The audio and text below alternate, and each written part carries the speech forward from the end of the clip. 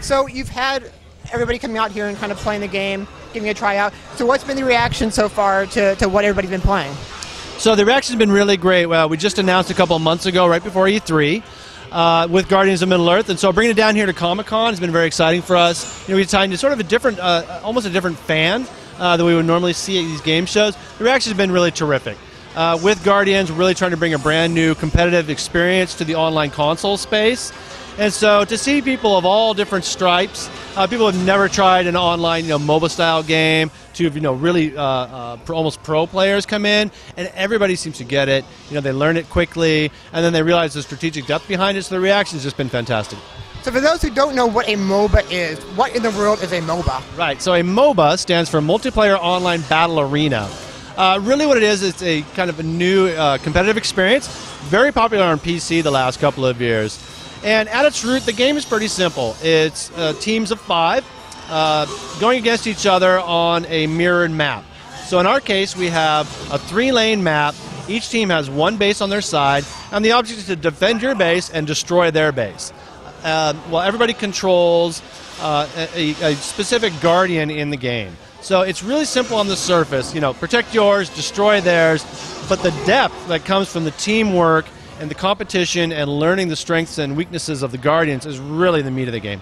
So is this a game that anybody can pick up, or do you have to really be hardcore in it? Because I was playing it and I got into it, I think, very, very quickly. So right. Is this a game that anybody can get into? So we're really shooting for a sort of easy to get into, hard to master scheme for the game. Our controls, being with the console, we have a couple of different control schemes, which you played here at Comic-Con, is sort of our basic control scheme. It's nice and easy to steer the Guardian around, fire off. If anybody's ever played a twin-stick shooter, any kind of shooter game with a console, it's very similar to that for driving your character around. So the accessibility is very important to us. It's easy to get in, it's easy to start killing things, it's easy to drive around, it's easy to use your abilities. And then it's really about sort of beginning to realize what that strategic depth is.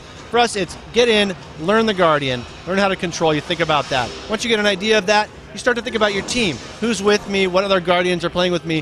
What are our strengths and weaknesses together as a team? And then really, once you get past that, I'm thinking about the entire battlefield. What's going on in the top lane? What's going on over here? Who's got that shrine? Is the mid tower down yet?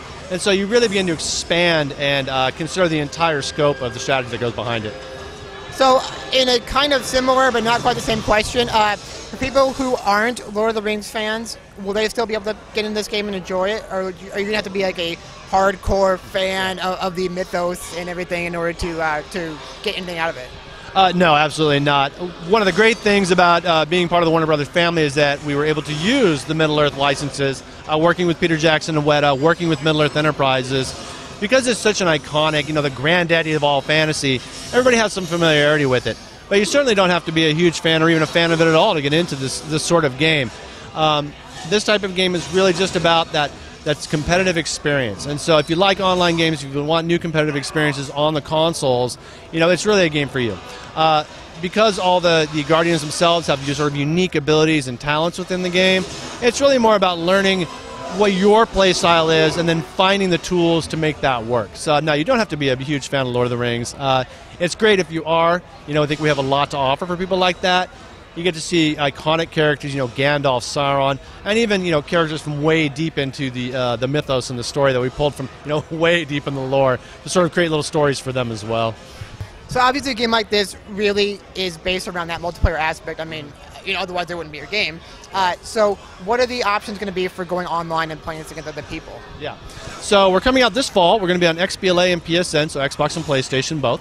And at that point we have their entire infrastructure at disposal. All your friends lists are there, messaging, the backbone of their multiplayer experience.